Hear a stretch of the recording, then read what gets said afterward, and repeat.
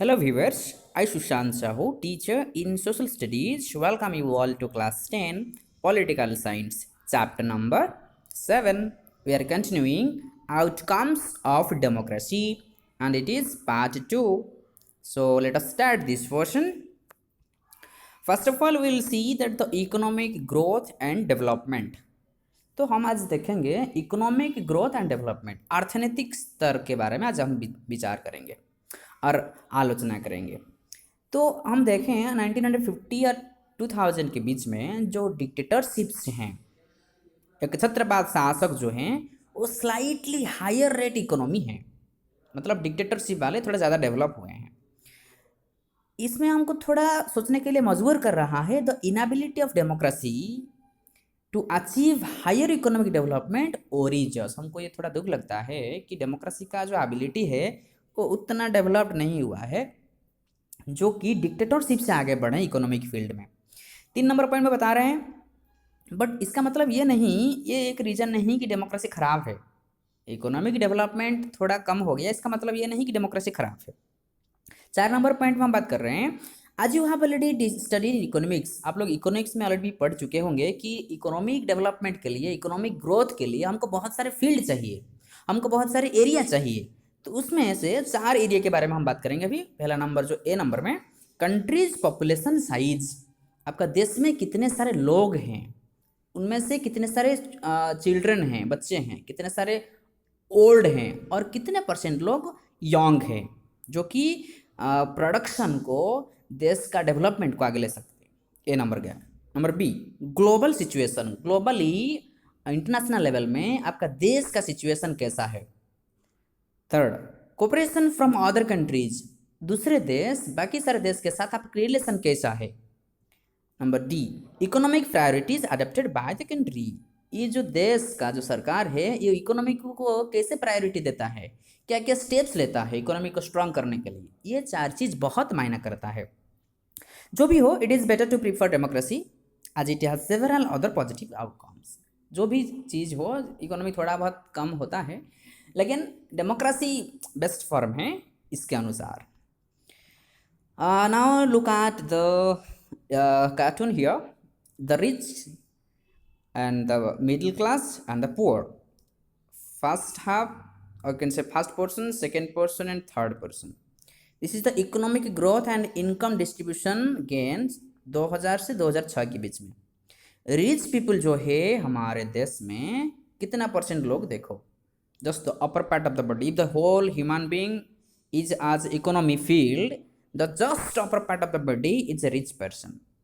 Besides that, you think of about the middle class and the poor class. Middle class और poor class लोगों का situation देखो by living the upper part of the body. थोड़ा सा ऊपर part हिस्सा को छोड़ के बाकी सारे देखो हमारी इकोनॉमिक के सिचुएशन, मिडिल क्लास लोगों का और पुअर लोगों का सिचुएशन। ओके, आगे देखते हैं।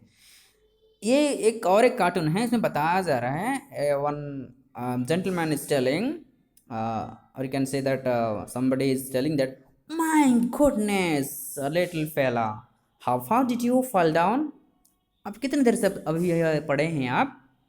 तो बच्चा बोल रहा है, you tell me, I am a poor kid, एक गरीब भी बच्चा है।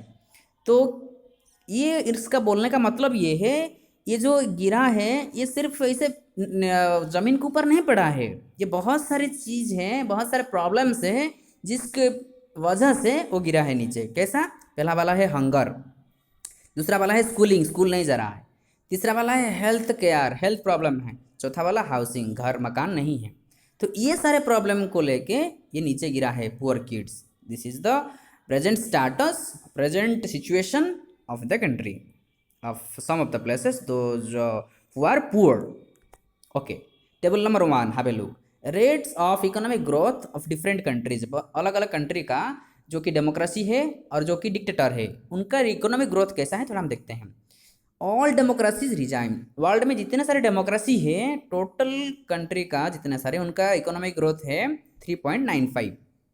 और वर्ल्ड में जितने सारे डिक्टेटरशिप है, एक छत्रपात शासन है, उनका ग्रोथ रेट है 4.42। You see, it is increasing.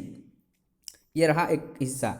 दूसरा जो पुअर कंट्रीज है, पुअर कंट्री में जब डेमोक्रेसी शासन कर रहा है उसमें 4.34 डेवलपमेंट ग्रोथ रेट इकोनॉमी का, और वही पुअर कंट्री का जो कि डेमोक्रेसी जिसमें है उनका 4.28। अगर हम कंपेयर करें तो डेमोक्रेसी से डिक्टेटरशिप वालों का इकोनॉमिक ग्रोथ ज़्यादा है। ओके, टेबल नंबर 2 को थोड़ा जाते हैं। इसमें बताया जा रहा है inequality of income in selected countries.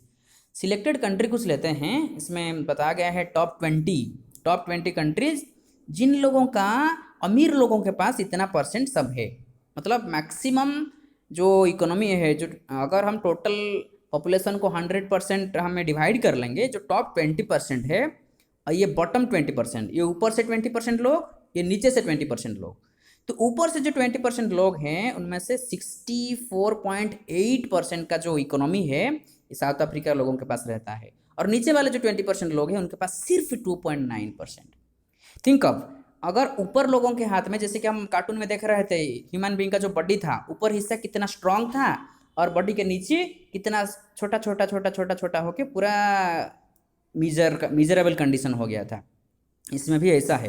देखो यूएसए, देखो Brazil, Russia, United kingdom, Denmark, Hungary, तो टॉप में जो रहे, टॉप वाले 20% जो लोग रहे उनके पास इतना सारे प्रॉपर्टी है, इतना सारी इकोनॉमी है, और बाकी जो बिलो जो रहे, बॉटम 20 लोगों के जो रहे, बॉटम 20% लोग, उनके पास टोटल कंट्री का इनकम का इतना परसेंटेज है। अब देखो द इनइक्वालिटी। ओके, देखते हैं फिर reduction of inequality and poverty. ये इनइक्वालिटी को, ये पॉवर्टी को हम कैसे रिड्यूस करेंगे। पहला नंबर पॉइंट देखते हैं, democracies are based on political equality. सबको पता है कि पॉलिटिकल इक्वालिटी डेमोक्रेसी बिलीव करता है, सबको राइट टू वोट मिलता है, डिसीजन मेकिंग में पार्टिसिपेट करते हैं, इलेक्शन में पार्टिसिपेट करते हैं, राइट। सेकंड नंबर पॉइंट बोल रहा है all individuals of equal weight in electing representatives. पहले से बोल चुके हैं हम, सबका अधिकार है रिप्रेजेंटेटिव्स को चुनने में। 3 नंबर पॉइंट बोल रहा है कि parallel to the process of bringing individuals into the practical arena on unequal footing. इसका मतलब ये है सारे इंडिविजुअल को, सारे सिटीजन्स को इक्वल लेवल में लाना भी डेमोक्रेसी का कर्तव्य है। 4 नंबर पॉइंट में we find growing economic inequalities. हमको ये लग रहा है कि धीरे धीरे जो इकोनॉमी है ये ग्रो हो रहा है, इनइक्वालिटी ग्रो हो रहा है, इक्वालिटी नहीं इनइक्वालिटी ग्रो हो रहा है। 5 नंबर पॉइंट दिख रहा है a small number of ultra rich enjoy. इस छोटा सा ग्रुप है, जो कम लोग हैं जो कि एंजॉय कर रहे हैं highly disproportionate share of wealth and incomes, जो कि बहुत बड़ा हिस्सा ये जो कम लोगों के पास जो रह जाता है, बाकी सारे लोगों ये गरीब हो जाते हैं या पॉवर्टी रह जाता है। 6 नंबर पॉइंट बता रहा है sometimes by find it difficult to meet the basic need of the life. बहुत सारे लोगों को उनका लाइफ का बेसिक नीड जो है, जो कि ज़रूरत है, वो नहीं मिलता है। तो बेसिक नीड्स में क्या क्या आता है, खाने के लिए फूड, पहनने के लिए क्लॉथ और रहने के लिए हाउस, और उसके साथ साथ बेसिक नीड ऐड हो गया है एजुकेशन और हेल्थ। ये दोनों के छोड़ देंगे तो प्रॉब्लमेटिक हो जाएगा लाइफ। ओके, देखते हैं फिर। ये एक लड़की बच्ची पूछ रही है democracy is a rule of the majority. Okay, rule of the majority सही है पहला sentence. The poor are in the majority, हाँ सही है, मेजोरिटी में पुअर लोग भी आते हैं। तीसरा सेंटेंस में so democracy must be a rule of the poor, सही है, पुअर भी इंक्लूड होते हैं, मतलब पुअर का भी रूल है। लास्ट में देखिए कैसा वाला ट्रिकी वाला सवाल है, how can this not be the case. तो अगर पुअर लोगों का कंट्री है, पुअर लोगों का कंट्री तो नहीं, पुअर लोगों का सरकार है, क्योंकि पुअर लोग उसमें पार्टिसिपेट करते हैं, तो उनके बारे में कोई सोचते क्यों नहीं, उनके बारे में, उनके डेवलपमेंट के बारे में क्यों नहीं ध्यान देते हैं। ध्यान देते हैं लेकिन उतना इफेक्टिवली प्लान किया जाता है। Plans are many but very less plans are implemented properly. बहुत सारा प्लान बनता है, ये योजना वो योजना, गरीब लोगों के लिए योजना, किसान लोगों के लिए योजना, लेकिन ये आसानी से इम्प्लीमेंट नहीं पा रहा है, जिसके वजह से हमारे स्वाधीनता को 72 साल 73 साल होने के बावजूद भी हमारे साथ हमारे देश में अभी भी गरीब है, अभी भी पॉवर्टी है, अभी भी पुअर हैं लोग। ओके, अभी और एक कार्टून देखेंगे। ये टोटल ग्लोब है, ये टोटल इकोनॉमी है, वर्ल्ड का इकोनॉमी है, उनमें से इतना बड़ा इधर से लेके पूरा इतना बड़ा हिस्सा सिर्फ वर्ल्ड का 2% लोगों के हाथ में है, 2% लोगों के हाथ में, मतलब इतना सारे प्रॉपर्टी सिर्फ वर्ल्ड का 2% लोगों के पास है। और ये छोटा सा हिस्सा, ये छोटा सा जो काटा गया है, ये छोटा सा हिस्सा वर्ल्ड का 50% लोग डिस्ट्रीब्यूट करके ले रहे हैं। मतलब वर्ल्ड का 50% लोगों का प्रॉपर्टी जितना है, ये इतना छोटा सा हिस्सा इतना है, और बाकी सारे जो टोटल हिस्सा है लगभग 95% ये 2% लोगों के हाथ में मौजूद है। This is the wealth owned by the world people. This is the situation. Okay. Now accommodation of social diversity, हम सोसाइटी में सारे तरीके का, सारे ग्रुप को कैसे हम अकोमोडेट करेंगे, कैसे हम एडजस्ट करके रखेंगे सबको। देखो फर्स्ट पॉइंट में जो है, no society can fully and permanently resolve the conflicts among different groups. सही बात है, ऐसा कोई गवर्नमेंट नहीं है, चाहे डेमोक्रेसी हो, चाहे डिक्टेटर हो, चाहे मोनार्की हो, कोई एक पर्टिकुलर गवर्नमेंट ने सोशल जो डिवीजन है, सोशल जो इनइक्वालिटी है, ये सबको पूरा परमानेंटली सॉल्व कर दे, ऐसा तो नहीं है, लेकिन हम कोशिश करेंगे जरूर। सेकेंड नंबर पॉइंट में बोल रहे हैं कि democracy is the best suit to produce this outcome.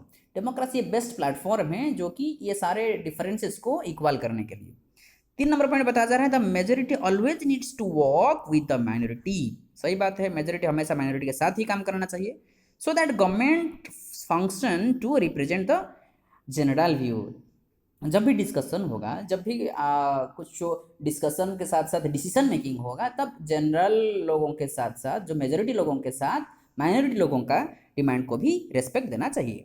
तो majority and minority opinions are not permanent. ऐसा तो कोई भी किसी का भी ओपिनियन परमानेंट नहीं है, time to time as per the need ये बदलता रहता है, एज पर द रिक्वायरमेंट।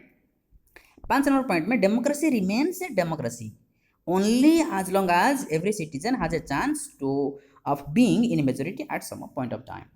तो इसमें बताया जा रहा है कि मेजोरिटी तब तक मेजोरिटी रहता है जब ये लोग डेमोक्रेसी में एक पर्टिकुलर ग्रुप को, एक पर्टिकुलर पार्टी को या एक पर्टिकुलर गवर्नमेंट को सपोर्ट करते हैं, तब तक ये मेजोरिटी जैसे रहता है। अगर वो जगह को छोड़ के और किसी को सपोर्ट कर लेंगे तो वो पार्टी भी, वो गवर्नमेंट भी, वो डिसीजन मेकिंग में पार्टिसिपेट कर लेंगे।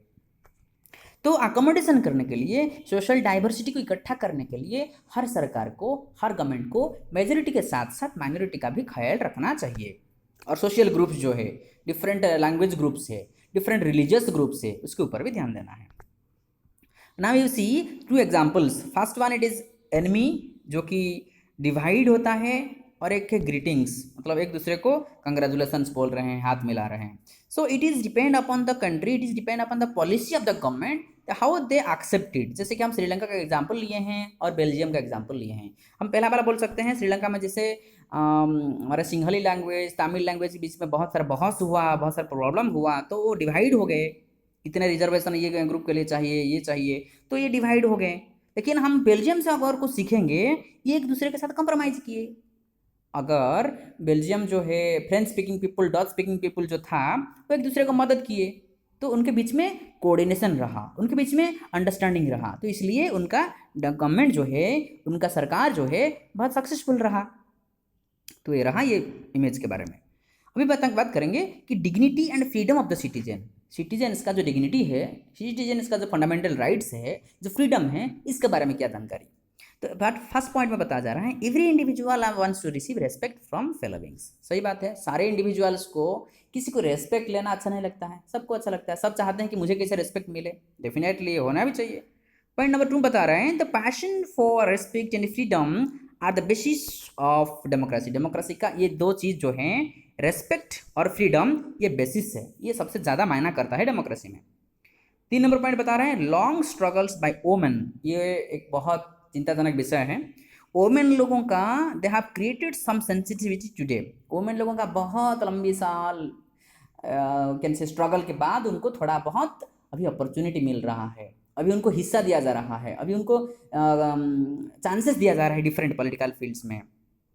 4 नंबर पॉइंट में, that respect to and equal treatment of women are necessary ingredient of democratic society. Definitely economy, चाहे पॉलिटिकल फील्ड हो, सोशल फील्ड हो, रिलीजियस फील्ड हो, हर जगह में the role of women it plays a vital role. तो according English में बताया जा रहा है, डेमोक्रेसी में ये एक नेसेसरी इंग्रेडिएंट है, वुमेन लोगों का पार्टिसिपेशन बहुत जरूरी है देश का डेवलपमेंट के लिए। 5 नंबर पॉइंट बताया जा रहा है, there are instances still of caste based inequality and atrocities. Caste को लेके जो इनइक्वालिटी है, जो एट्रोसिटीज है, जो झगड़ा है, जो केओस है, जो प्रॉब्लम्स है, जो कॉन्फ्लिक्ट है, ये हमारे देश को, हमारे देश का डेवलपमेंट के लिए ये एक बहुत बड़ा वाल हो जाता है, प्रॉब्लम हो जाता है, कंस्ट्रेंट हो जाता है। कास्ट बेस्ड सोसाइटी नहीं होना चाहिए। Number 6, expectation from democracy also functions as the criteria for judging any democratic country. Definitely लोग कोई गवर्नमेंट को चुने हैं, सरकार बनाए हैं, तो लोगों का एक्सपेक्टेशन रहेगा ना कि सरकार हमारे लिए ड्रिंकिंग वाटर फैसिलिटी बहुत बढ़िया से देगा, इलेक्ट्रिसिटी फैसिलिटी बहुत अच्छा करेगा, हेल्थ फैसिलिटी हमको प्रोवाइड करेगा, एजुकेशन फैसिलिटी हमको मुफ्त में देगा। तो ये एक्सपेक्टेशन रहता है गवर्नमेंट का, सॉरी ये एक्सपेक्टेशन रहता है जो पब्लिक के लोगों का गवर्नमेंट की तरफ से। तो ये जो चीज़ है, ये जो एक्सपेक्टेशन है, ये डेमोक्रेसी का एक्चुअल जो फेस है ये पता चल जाता है। Now you can see another image here at the bottom here our leaders today the cartoonist has made. बता गए हैं कि हमारे जो लीडर हैं आजकल ये ऐसा हैं क्या है। और राइट साइड में और एक लेडी हैं जो कि मोरल करेज के साथ बैठे हैं। रोजा पार्क, आप लोग लोअर क्लास में पढ़े होंगे रोजा पार्क के बारे में, जो सिविल राइट्स मूवमेंट हुआ था, ब्लैक और वाइट के बीच में जो रेस हुआ था, इसमें ब्लैक लोगों को बहुत बुरी तरह से ट्रीटमेंट किया जा रहा था, वाइट लोग जो थे वो सुपीरियर ऐसे बोला जाता था, हमेशा वाइट लोगों के लिए एक्स्ट्रा अपॉर्चुनिटी मिलता था, ब्लैक लोगों के लिए कुछ नहीं मिलता था। तो ये सब चीज़ जो है ये लीडर बोल रहे हैं कि ये लेडी दैट्स माई सीट। देखो ये सीट में बैठे हैं, ये बोल रहे हैं कि ये मेरा सीट है। तो इनको जो ये चीज़ को लेके बहुत सारे जगह में बहस हुआ है कि ब्लैक और वाइट के बीच में जो साउथ अफ्रीका का एग्जाम्पल ले सकते हैं, ब्लैक एंड वाइट रेस, ये एक एग्जाम्पल है। तो इसमें से क्या होता है, सोसाइटी में डिवीज़न होता है, सोसाइटी में यूनिटी नहीं आता है। जब सोसाइटी में यूनिटी नहीं आता है तो ये देश के लिए बहुत बड़ा खतरा होता है। और ये जो एक हम देख सकते हैं एक सोर्स हैं जो कि बिलीव करते हैं कि हमारा वोट जो है, हमारा ओपिनियन जो है, वो देश का डिसीजन मेकिंग में बहुत बड़ा रोल प्ले करता है। Those who say that their vote makes a difference, जिस कोई देश, कौन कौन सा देश का कितने परसेंट लोग बोलते हैं कि मेरा जो वोट है बहुत प्रीशियस है और ये डिसीजन मेकिंग में बहुत बड़ा रोल प्ले करेगा। सबसे आगे उनमें से है, सबसे आगे जो है वो नेपाल का लोग बिलीव करते हैं, 75% लोग, कि नहीं हमारा वोट बहुत प्रीशियस है, सरकार गठन करने में बहुत मदद करेगा। सेकेंड नंबर में आ जाता है हमारे देश भारत, 67%। तीसरे स्थान में आ जाते हैं 66 बांग्लादेश। चौथा स्थान में 65 साउथ एशिया है उस पार्ट का, और उसमें श्रीलंका भी है। तो लास्ट में इसमें तो आपको पता है क्या है वो। तो ये जो रहा, सबसे ज़्यादा जो लोग विश्वास करते हैं कि हमारा जो वोट है, हमारा जो ओपिनियन है बहुत बड़ा मायना करता है। ये देश का अर्थनीति हो, देश का सोशल कंडीशन हो, देश का पॉलिटिकल कंडीशन हो, ये डिसाइड करने में बहुत बड़ा रोल प्ले करता है। सो इसमें हमारे देश को आगे बढ़ाने के लिए हम सब अलर्ट होना चाहिए। हमारी ड्यूटीज़ क्या है, हमारा रिस्पॉन्सिबिलिटी क्या है, हमारे देश के लिए क्या कर्तव्य है, ये सब जानना चाहिए। तब जाके हमारा देश में पॉवर्टी रिड्यूस होगा, हमारे देश में इनइक्वालिटी रिड्यूस होगा, हमारे देश में जो कास्ट बेस्ड सोसाइटी ये रिड्यूस होगा, और इकोनॉमिक का डेवलपमेंट होगा। So dear viewers, this is all about the chapter. The chapter gets over here. So once again we'll meet if it is possible in some other day, other portion. Till that, take care of your studies. Thank you all.